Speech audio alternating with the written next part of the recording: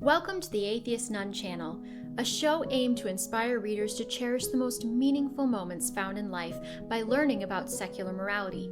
Subscribe for more content on aspects of my business and writing life, as well as topics concerning ethics, mid-19th century living, etiquette, and much more.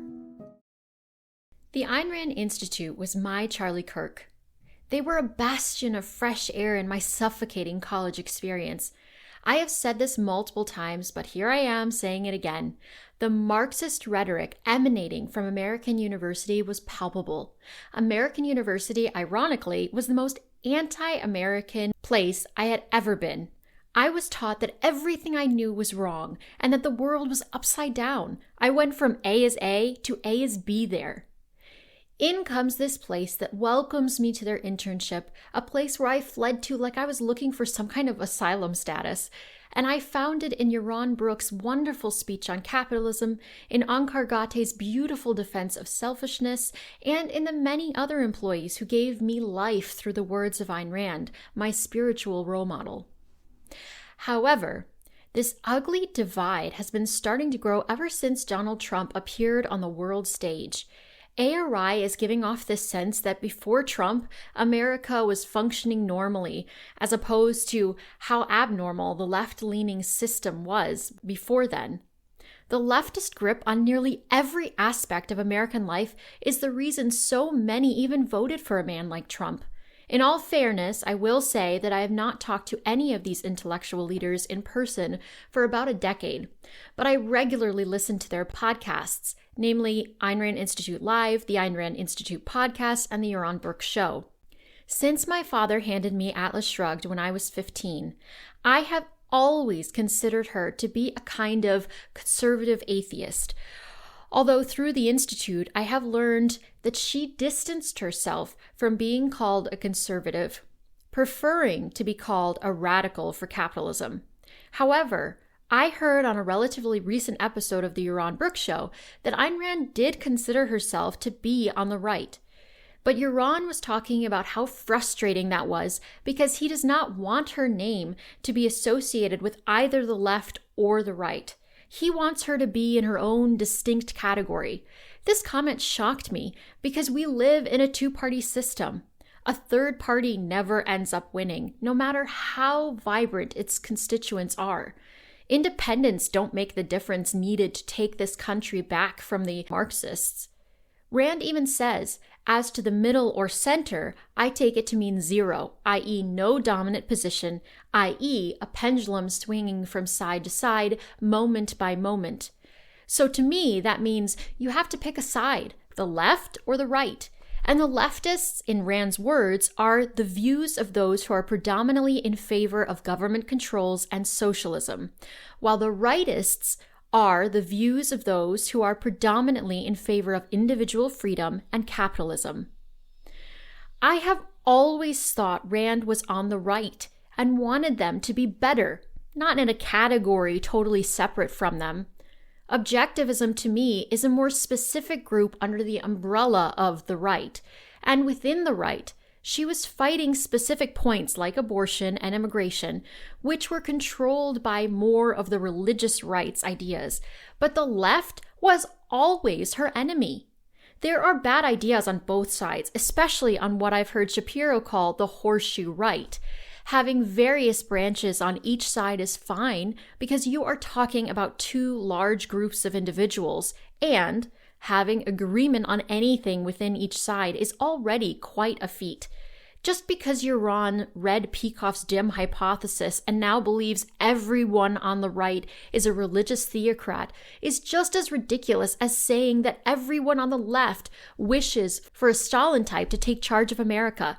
There are extremists on both sides, but that does not make you this special fringe group that makes enemies of the side you're supposed to be on. You have civil debates within each side in order to push for what you believe is right. Personally, I would have preferred Rand Paul as president over Donald Trump.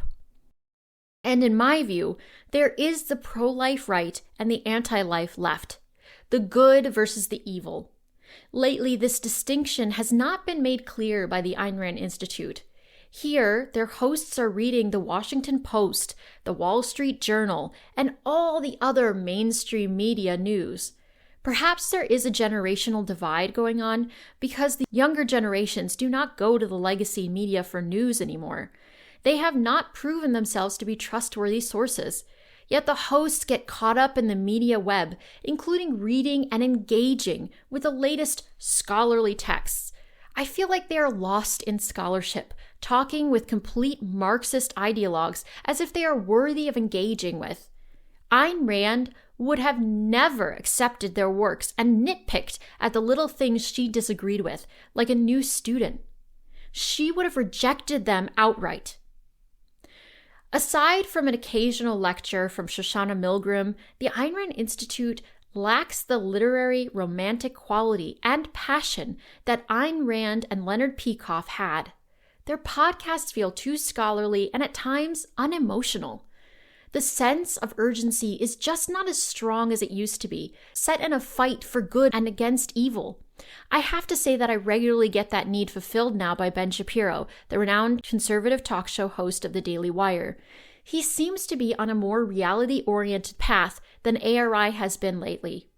I find that sad because Shapiro somehow believes that religion gives you objective morality, which, being an objectivist, makes no sense at all to me. However, he does use his reason to come to conclusions that align with reality in his show, using the spiritual passion that is all but absent from ARI's podcasts. All the ARI podcasts lately have been about Trump censoring companies, but I believe that taxpayers should not have to fund a left-leaning organization with their hard-earned cash. Also, they continually attack the right way more than the left, only giving half-hearted shade to them at the very end of their episodes like, yeah, the left does this too, though. They have caught this notion of bothism, where both sides are bad. Then the Charlie Kirk assassination happened, and both ARI and Iran responded with their own take that both sides are becoming more violent. But when did ARI become some pacifist organization? I saw a commenter calling them milquetoast in their response to his death, and I have to agree. Ayn Rand had passion, and I'm sure she understood that at a certain point, a country must defend itself with force. Then Iran says that Marx did not create oppressed and oppressor.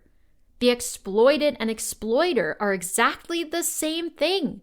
Of course Marxism lives today in the left. Iran keeps defending the left.